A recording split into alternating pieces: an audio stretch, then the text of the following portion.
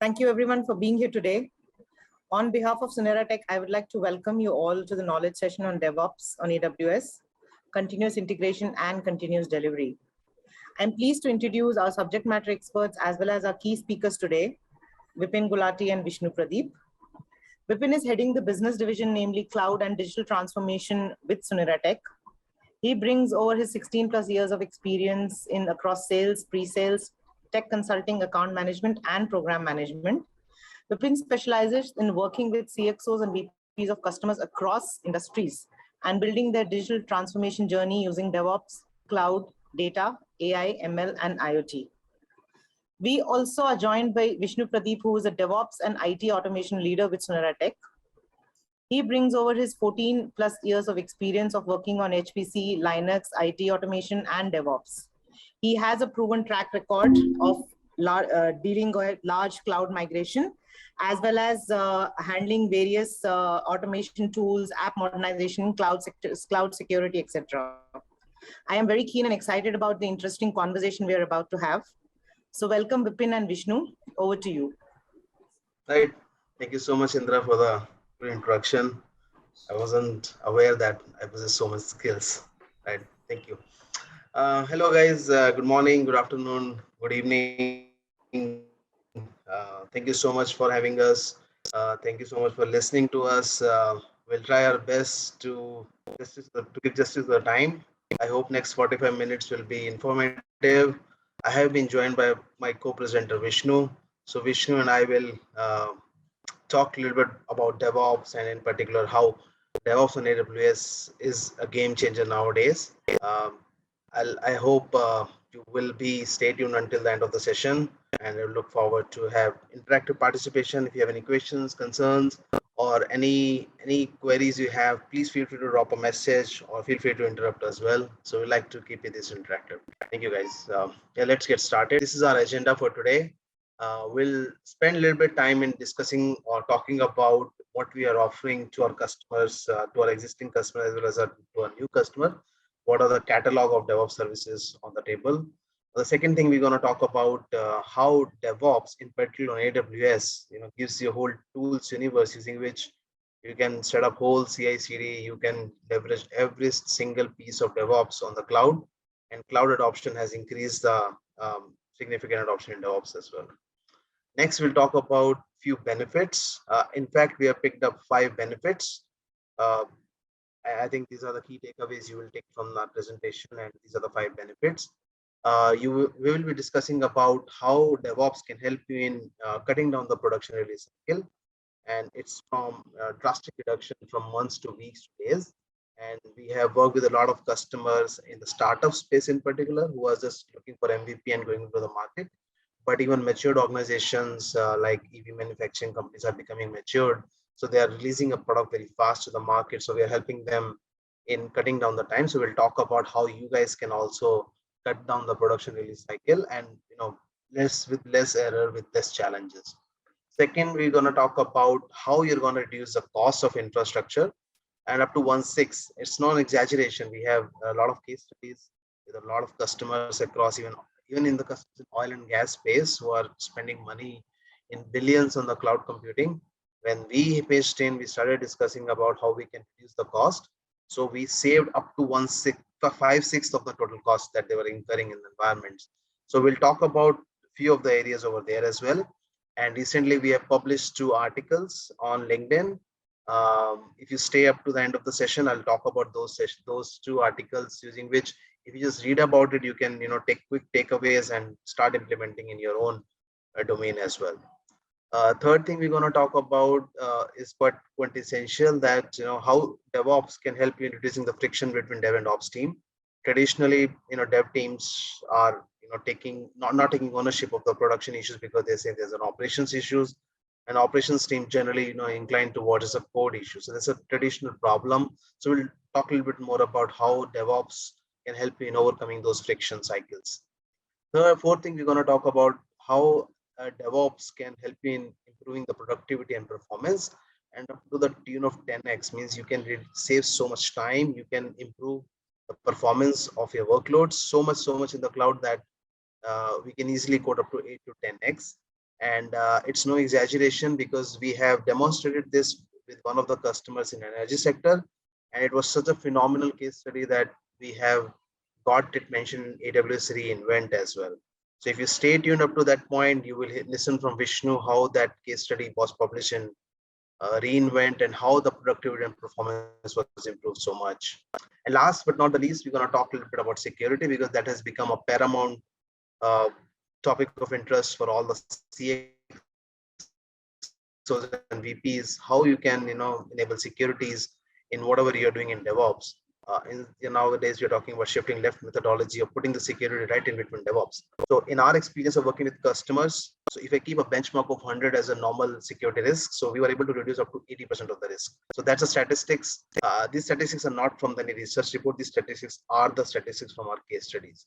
So we'll be happy to talk a little bit more about these things if you would like us to have. But yeah, in short, these are the 5 key takeaways we'll give you by the end of the session. Next slide, please. Right. So as I mentioned, before we get into takeaways, before we talk about how DevOps can help us, so I would like to just give you a quick sneak peek into how SuneraTech is helping their customers in DevOps space. So we have built multiple personas of customers, multiple type of challenges that is happening in DevOps. So we have come up with 8 areas of concern, and that's why our offerings are mapping to those customer personas. So we picked up the pain points and we designed offerings around it. There are a few more offerings, but that's not major piece of concern for us.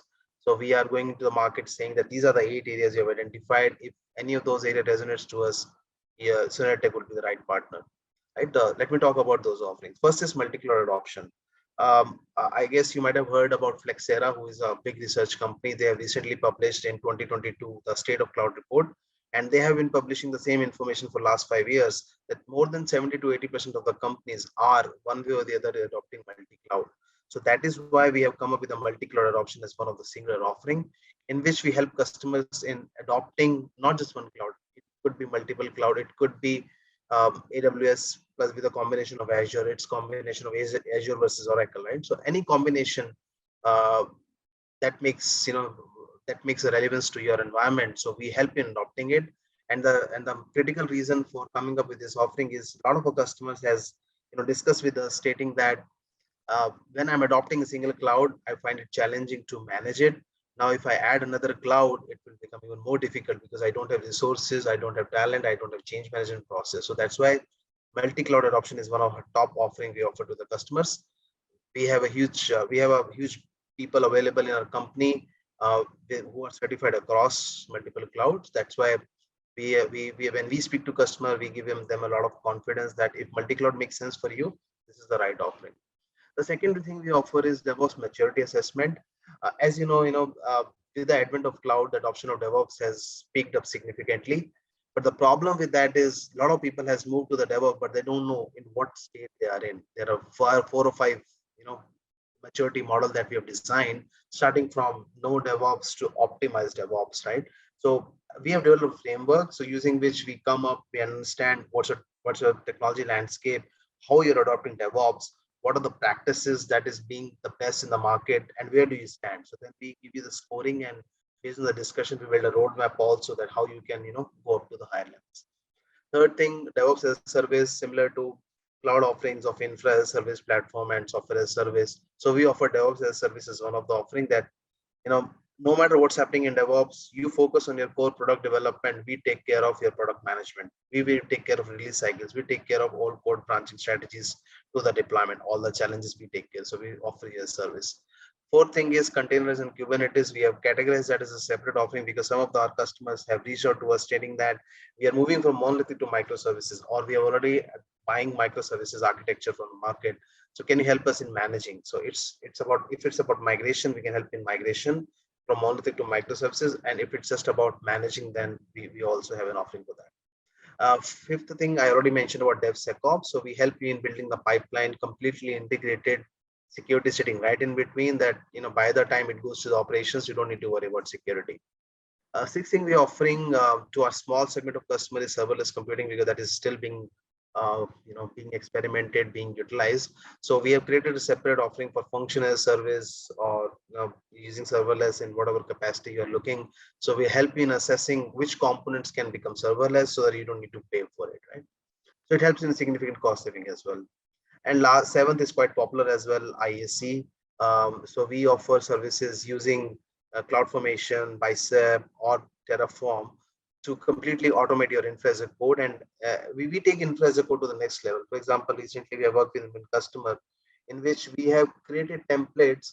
That template itself will call, depending upon if you're spinning it for dev environment, it will call for spot instances, for example.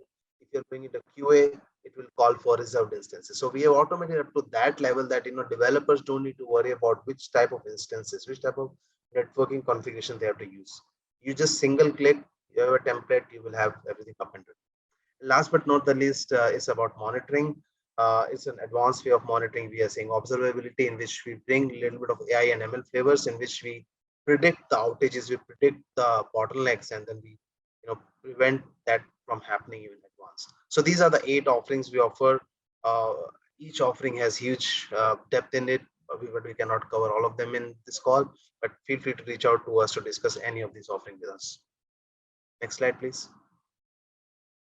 Okay, so now we get into a little bit of meat of the work, like how DevOps give you a lot of advantages. So we have highlighted 5 benefits, but trust me, there are tons of it, but we picked only 5, and we mapped our takeaways to this benefits, right? So if you see in the same order, the top 5 benefits is it helps you in reducing the production release cycle, it helps you in minimizing the cost, it helps you in minimizing the friction between dev and ops team, it helps you in improving productivity and performance and security, right? So these are the same benefits we have mapped to the key takeaways, and let's get started with the first benefit now.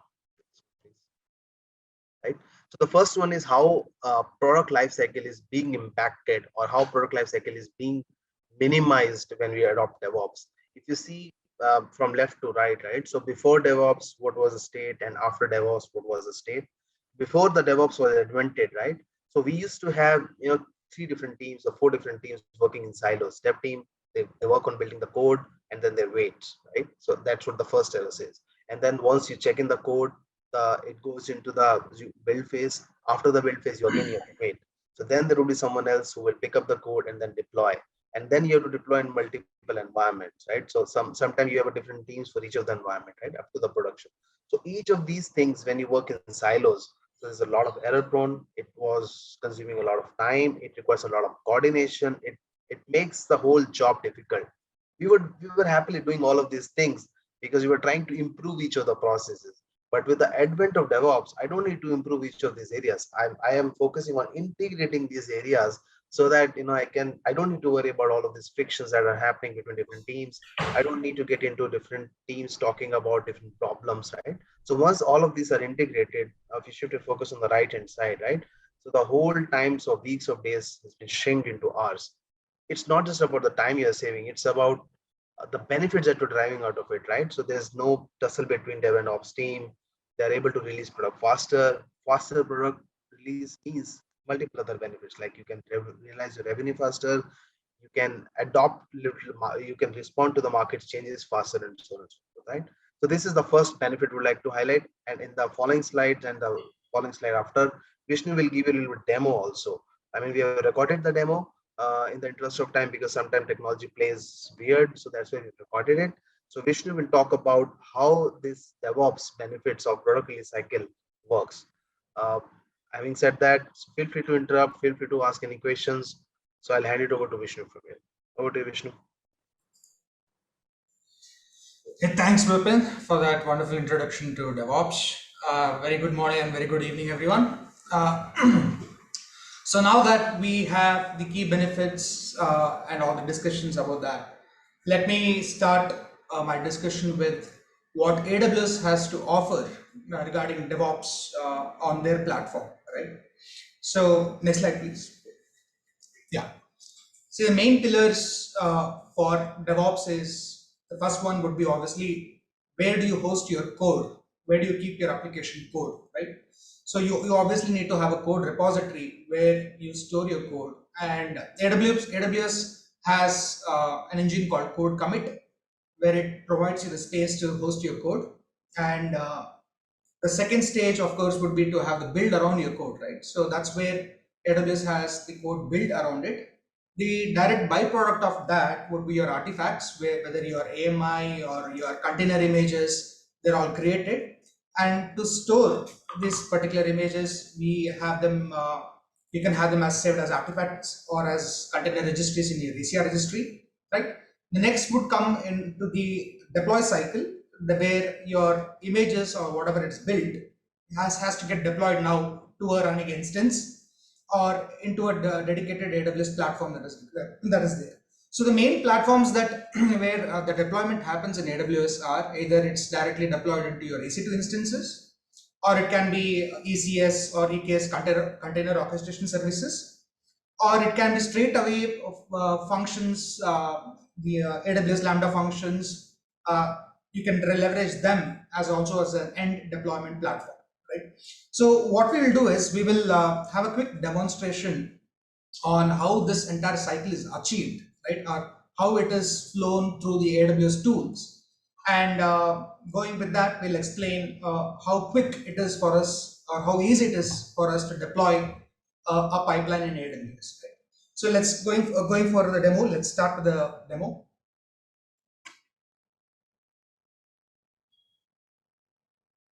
So what I have here is I have a website called AJ, which is a jewelry website being pushed across here.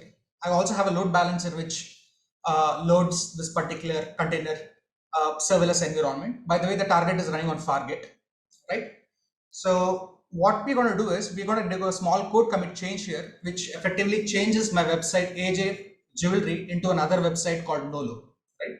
Now that I have made the code changes, and soon we'll sync up and we're going to commit our code to the AWS code commit registry. I'll just make a small comment here as to what I'm trying to change. And now that I have it changed, when I sync my changes across, the code changes that I've done will get pushed into the AWS code repository, and the pipeline gets triggered automatically in the AWS console. So now if we go to the AWS console, and if we just refresh here,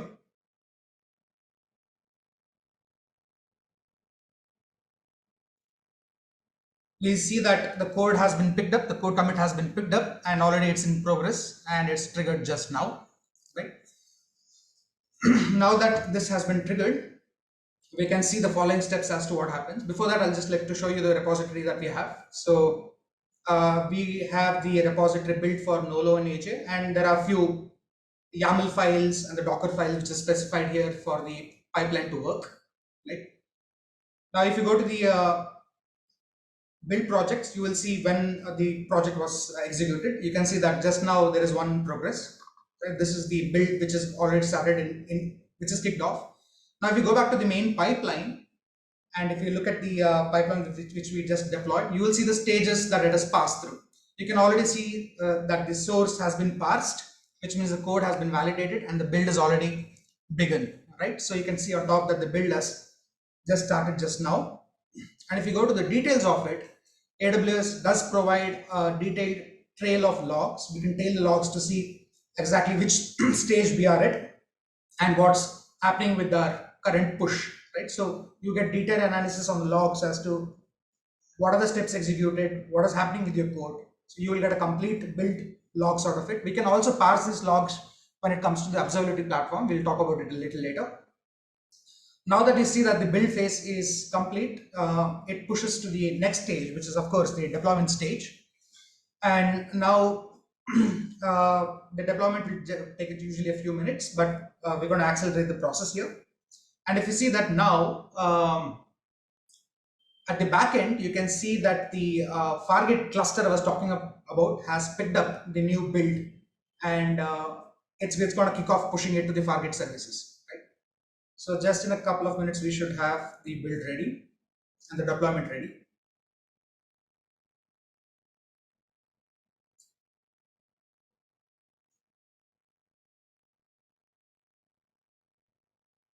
All right, looks like the deployment was successful, and we have it ready. Now that we have look at the same load balancer URL that we had earlier, right? We'll just do a quick refresh on a new browser. Because of caching, we don't want to use the same browser. So I'll refresh it, probably give me the old website. So let me just copy this URL and paste it on a new browser. And we should effectively see the AJ being changed to a Nolo website.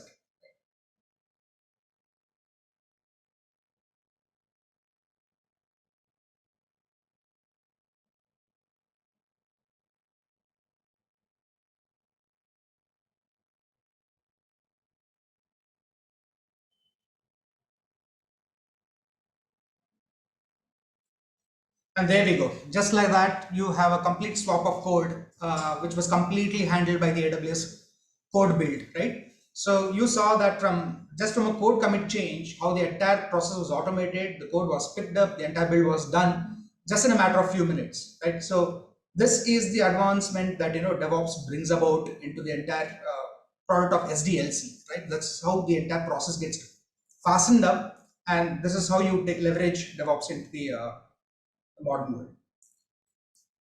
I think that's with the demo. Let's go to the next slide. Right. Now, a little bit of things that I want to talk about, meanwhile, when we saw that lab, is how do we optimize the structures or the pillars around the infrastructure that we need around DevOps, right? So one such advantage that we leverage from AWS is the infrastructure as a code service. So AWS provides CloudFormation, wherein you templatize your entire infrastructure requirement as a code, right?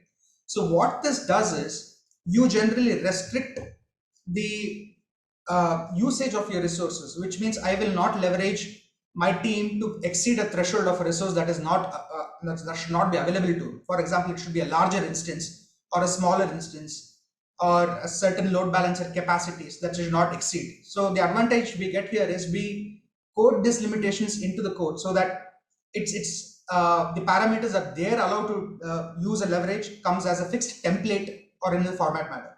So Terraform is an equivalent of somewhat equivalent of CloudFormation. It just gives you more leverage into some of the advanced open source integration tools out there in the market. So both can be leveraged based on what requirements we have. Apart from this, AWS provides a lot of serverless services as well, which comes into integration with their AWS DevOps tools, right?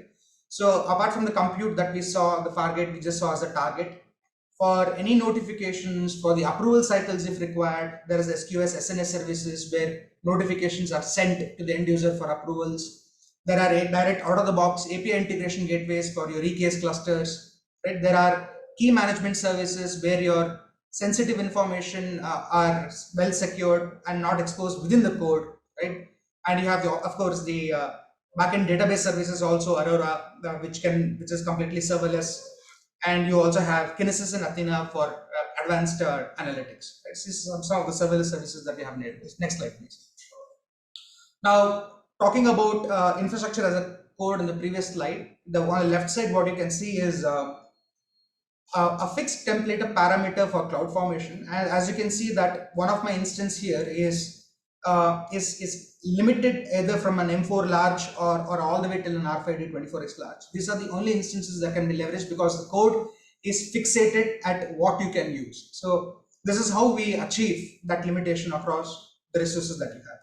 Similarly, the other cost optimization tool which you can leverage, whether it's a containerized environment or if it is a standard compute instance environment, is the usage of auto-scaling groups, right? So depending upon the load or depending upon the capacity requested or to be reserved or a forecasted scaling which is required, auto-scaling groups helps us a lot in scaling the compute power as and when required and decrease it as when and not required, right? So this is another advantage of leveraging ASG as an end targets in our platforms. So this is another way of doing our cost controls and cost management. Next slide, please. So what you saw there is, in a way to just put it, what is a single click highly optimized CI/CD pipeline? So the overall agenda, if you look at, is that's just with one commit that I did, I had a complete deployment which happened in a matter of few minutes, right? That's how simple the things get. Now, what AWS offers from its perspective to leverage these services is, first of all, the tools that you saw, the code build, the code deploy, the code commit, they are free to use. So AWS only charges you for the code repository, the amount of code you're going to save. It's going to charge you, of course, for the compute services you're going to use. That is either the container-based orchestration services or standard compute instances. And obviously the storage attached to those instances, that's also leveraged. But if you look at the tools which AWS provides for DevOps are completely free of cost, right?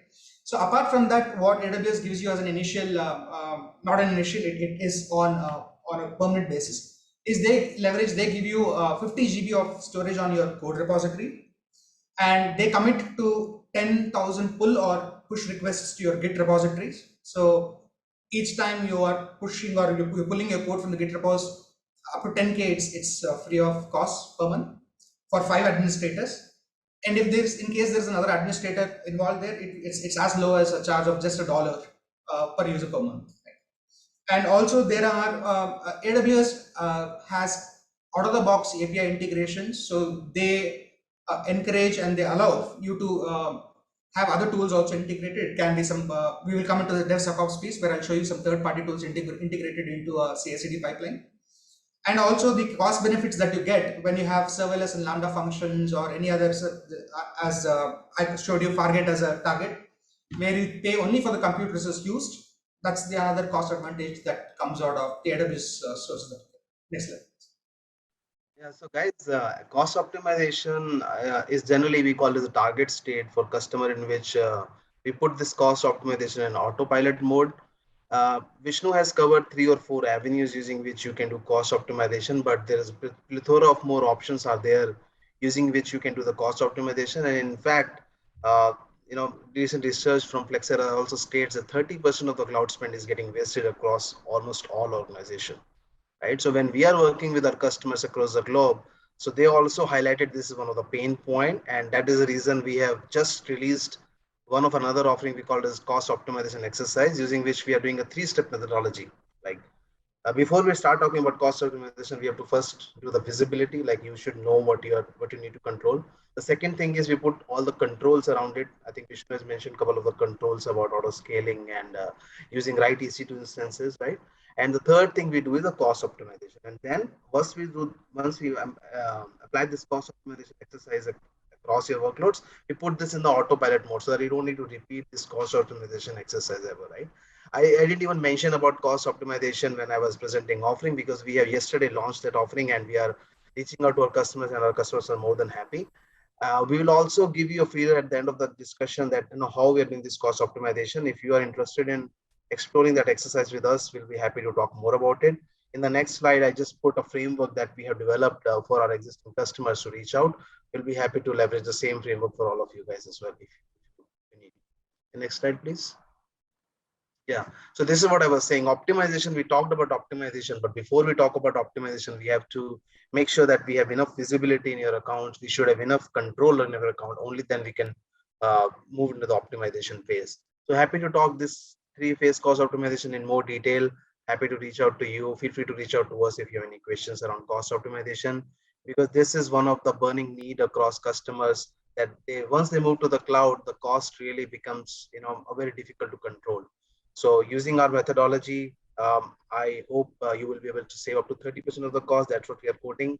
And recently, I have worked with one customer in which we have saved more than $100,000 a year for a spend of approximately 120K or so, right? So they were spending around 360K on the total workload. So out of that, we saved 100K. So you can say approximately 30% of the savings.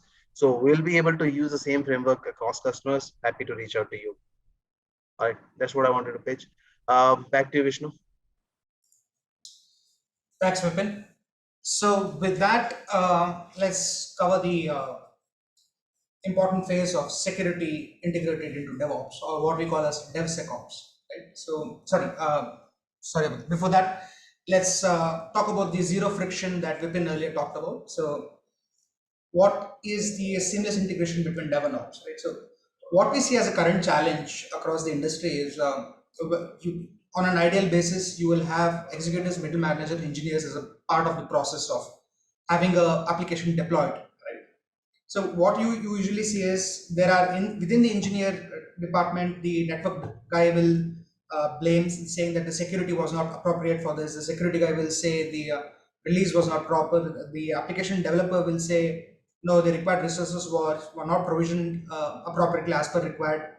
And the executives would say, why are we having such a buggy code? Why is there are so much iterations? And this would again go back into a loop where it takes weeks and weeks and the same cycle repeats, and there's a lot of friction between all the three layers, right? So now comes the question: how do you bridge this? How do you release or remove the hassles around these issues, right? So the answer is, in DevOps, the dev and ops are closely integrated, and it forms a very agile framework for you to work around, right? So how this is achieved in a form of change management is the resolution to this. There are three controls for it. So the three controls can be put as services, changes, and controls, right? So what we mean by services, just as an example, is like we have a ready-made infrastructure as a code, as a template, which I talked about. We have hard and golden images that are fully transparent cycles, because it's the same cycle that is leveraged for one product pipeline. It is always, once it's built, right? So now when it comes to changes, like we talked about auto scaling, GitHub central code repository, there are branches around it, which means a particular team can have access to a particular branch. They can have their code committed here. Whether they're approved to make those changes or not approved, there'll be a CR process implemented in between, right? So the control around it can be predefined as a template as well. So if things are not going forward in the right direction, it would simply not allow you to execute the pipeline, right? So which means everyone has to contribute for it to effectively flow across the entire system, right? So that is the changes control that it brings in. And last but not the least is whether the settling changes are being flagged or not, whether they're exactly deployment ready or not, or it has to look back at the infinite cycle to hit back at the initial application code changes, right? So where are the flags? What is going wrong? The entire management gets pulled into a cycle, into a repeated infinite cycle, right? So until there is a proper fixation, this gets completely done, right? So this is how dev and ops get seamlessly integrated, looking at the in a broader perspective of things, right? So this is how the organization retunes itself into adopting its problems with the all three pillars of an application development. So this is one of the report that we have received, and we have done some extensive research on this. So if you look at those who have adopted DevOps, all right, these are some of the numbers that you see how it has effectively helped them in in resolving production issues. There are like 22% direct reduction in resolving any kind of production issue, because we spoke about the infinite cycle of how it bangs back at right at the center at the beginning, and each time there are issues, right? And since you have infrastructure as a code which is templatized, once it's fixed, it's fixed. The changes which is required are very minimal, and that iteration is also well practiced, right? And then you have 33% more time to improve your infrastructure, because you have templatized, you know what are the delta increments that is required, right? So that fits into the picture as to what needs to be done there. And of course, in the reduction in deployment time, you just saw in the lab how quick it paces up the entire thing, right from provisioning to deployment, right? It's a very quick process. That's how it reduces the deployment time. And in handling support cases, there's a 60% reduction because of the infinite cycle that it follows, right? So each time there are support cases, it's an agile process which is brought about into your Scrum boards or into your agile boards, and you're quickly helping the team to resolve the issues, right? So we see a 60% time save in handling support cases in this area.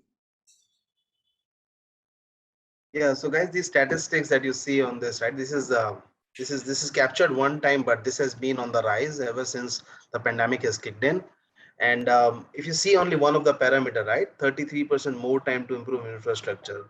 So imagine the amount of time that you're able to save through this boost, right? So of course, great resignation period is here, great pandemic is here, a lot of people are dropping out, a lot of resignations are happening.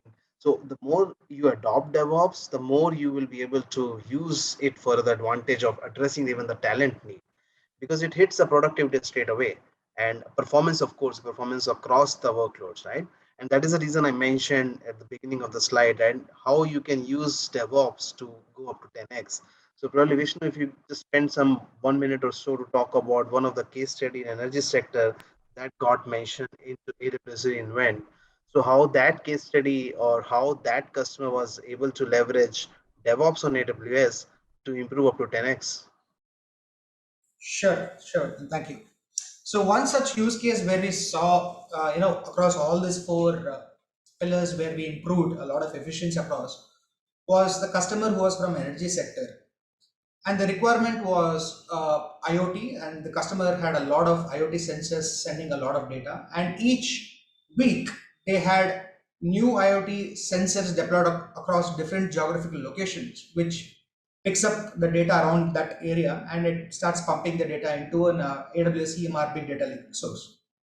So what was the requirement here was each and every time the region expands, they required more applications to be deployed across, more supporting backend time series databases to backend to support it across. They wanted it on microservices, scalable microservices, and it had to be a seamless deployment. So they were going the traditional approach and they were deploying these services manually. And what we did was we implemented the world of DevOps into that, right? So what used to ideally take them a week to deploy this for the new IoT sensors now happens just in a day, right? So the entire deployment of these applications, the backend databases, the backend serverless environments, the EMRs required for it were completely automated, including the infrastructure required for that also was automated into an integrated pipeline, right? So that's how beneficial it became to the customer. In fact, they got close to 14x increase in the productivity of the entire deployment cycle. It was such a fantastic use case for them that it made its way all the way to AWS reInvent, right? So that's how powerful DevOps became as a piece to them, integrated with the data lake sources.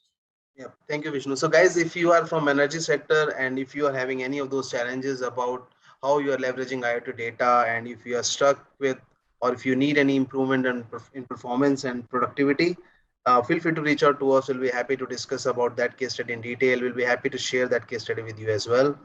I think that's an excellent way of communicating to the customers through reInvent, and that's what AWS did. We have already reached out to multiple energy sector companies, and that's why we are reiterating. If you're from energy sector, if you have any of those challenges regarding IoT devices, we'll be happy to give you a helping hand. Back to you, Vishnu. Thank you, Vipin. Let's go to the next slide, please. So with that, let's get into the second piece of our conversation, which is the security integrated into DevOps or DevSecOps, right? The shift left, what Vipin was talking about earlier, and how do we achieve this with AWS tools and AWS plugins, right? So in the next slide, I'm going to show you the components that we have integrated, and we'll follow up with a small lab as well. So the components which that when you integrate DevSecOps into it, the main pipeline looks more or less the one you saw on the DevOps side. It's just that we are integrating into the integrating it with the security tools which is available, right? So one such example that I'm going to showcase here is what you saw earlier was the code repository, and we are going to integrate that with SonarCube, which is an open source. There are two versions. There is open source as well as community version, professional version of it. So that does the code analysis and the code review piece of it, and it will tell you how healthy or how vulnerable your code is. And based on that, you can have some gates whether to proceed ahead, because my code had vulnerability, so what should I do next? Or if it's under my threshold, should it follow it further to the build or not, right? And you will also see once the build is done, we are going to introduce another tool from AWS for internal container registry scanning, which means we will see that whether our images which were built after our code is committed, whether those images are vulnerable or not, which is the image vulnerability section of it. So AWS in the backend uses AWS Inspector, which you all might know is the AWS security engine for image and vulnerability scanning. So inspector kicks in here to scan our images and just make sure to see that whether it is good for deployment or it's bad for deployment, right? So with that, it is the same environment. We'll be targeting a Fargate backend container service, ECS service, and let's see whether our code gets deployed or not in the coming lab. With that, we'll just go to the lab.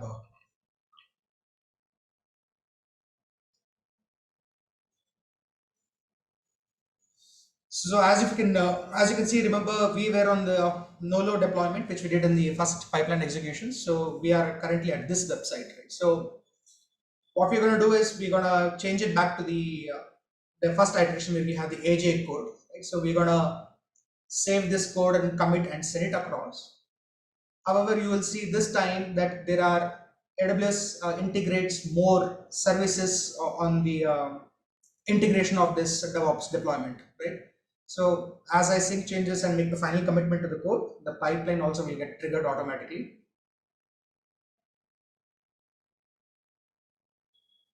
So this is SonarCube console. Right now you can see that the code has not been reviewed yet. So the moment we have hit the commit here, the first step that it would trigger is SonarCube would start analyzing our code, and it will see whether our code is healthy or not. Right?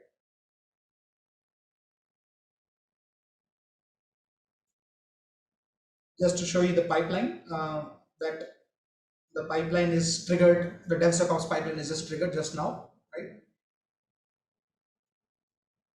And it's in progress. Now what you will see here is, if you remember earlier we had source and then we had build directly, but now you can see that a second stage has been introduced in AWS, and it gives you this graphical console for you to see what's going on, right? So it has this code review now triggered into it, right? So in the backend, the code review is now in progress.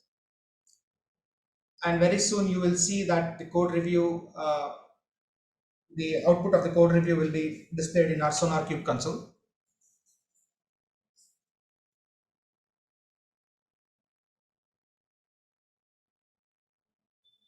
Alright, so the code review was successful. Now if you go back to the SonarCube console,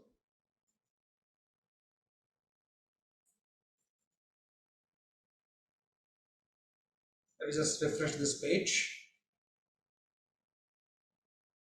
There we go. It's got about 44 bugs, 2 vulnerabilities, and 45 smells across it.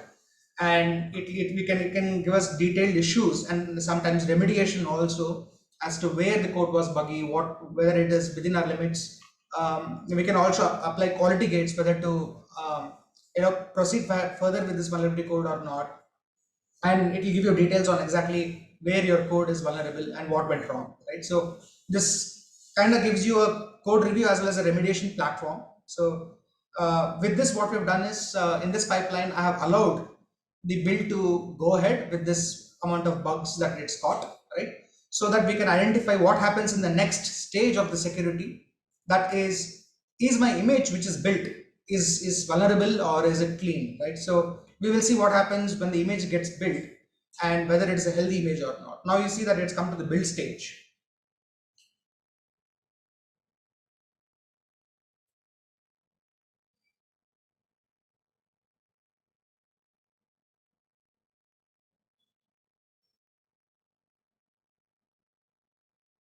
And there we go. Looks like the build has failed. Now if you go to the execution details, it will probably tell us exactly what went wrong with the build, right? So let's see what this has found out.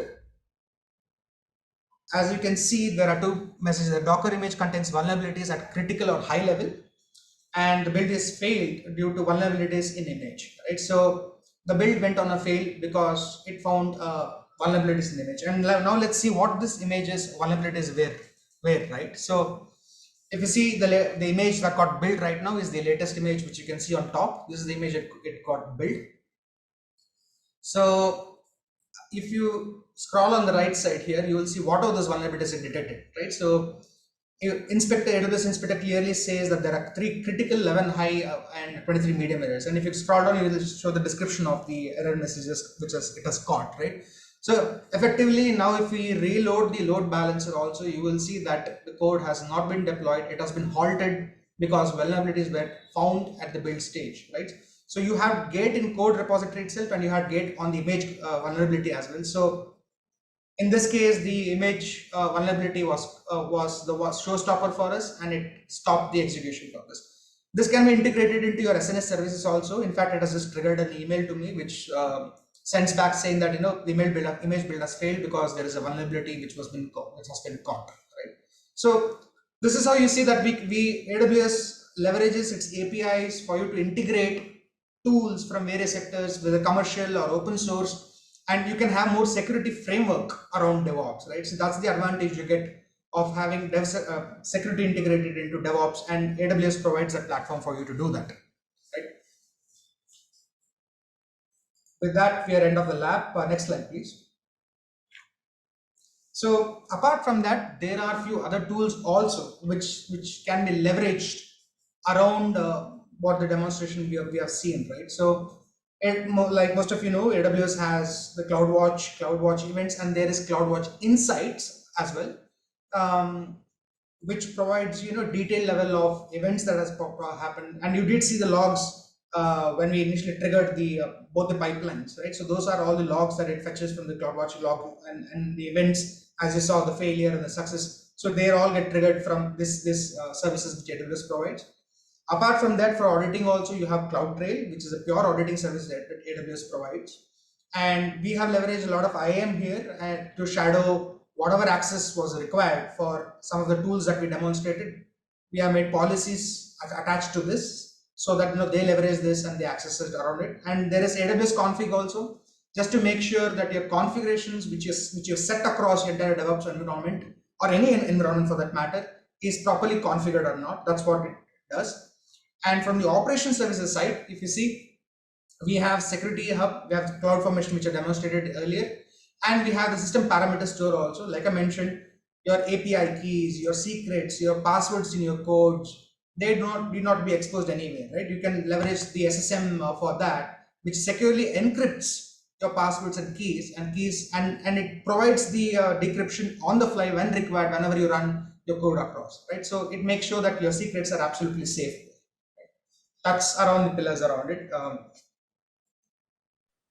Yeah, thank you, Vishnu. So guys, if DevOps is an ocean, we might have just shown you 5 or 6 drops out of it.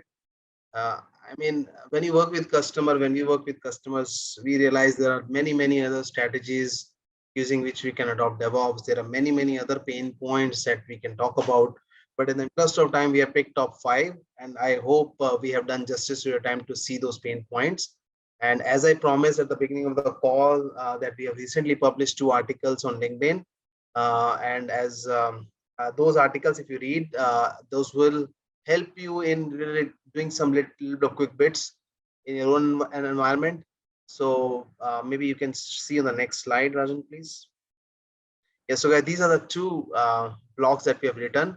On the left hand side, we published this as an article on LinkedIn because a lot of our customers are having the pain point that even though they have moved to the cloud, how they can unlock or unleash the value from the cloud. So we have found out 3 ways you can utilize cloud to its full potential.